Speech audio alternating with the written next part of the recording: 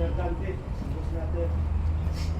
Ngayon, yung napag-usapan sa meeting, yung 77 million na payroll from October 1 to at month of October.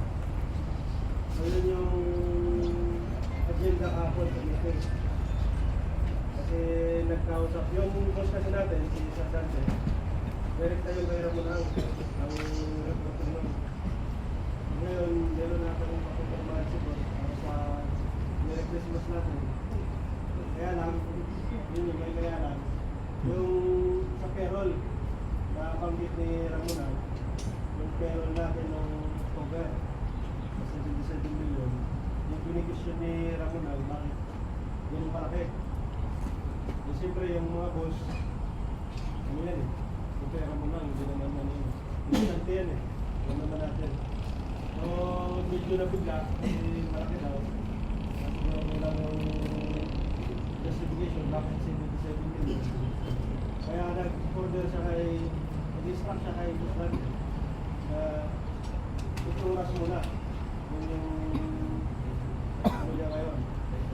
So, yun yung napagtitingin ako na lahat, hindi naman tayo eh. Hindi lang tayo, buong market. MRT7, Naiya, Baan, ito sa Islex, 4 hours, 4 hours yan. Yun yung order ngayon. Bakit nagpatawag ng meeting na i-disseminate sa inyo na sabihin? Kasi pag lumagpas tayo doon, hindi na tayo mapabayaran eh. Kaya wala tayong choice bilang empleyado na sundin natin yun kasi tayo din ang kawawa.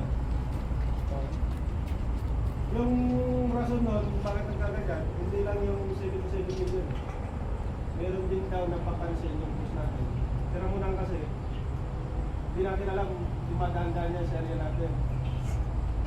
Lalo na pag linggo, may ikot tayo. Yung mga napapansin lang. Hindi naman natin sinasabi na grupo natin na mga nakaupo lang, mga nakatayo. Siyempre, isang kumpanya, damay-damay yun. Sabihin natin, wala naman sa ating grupo eh.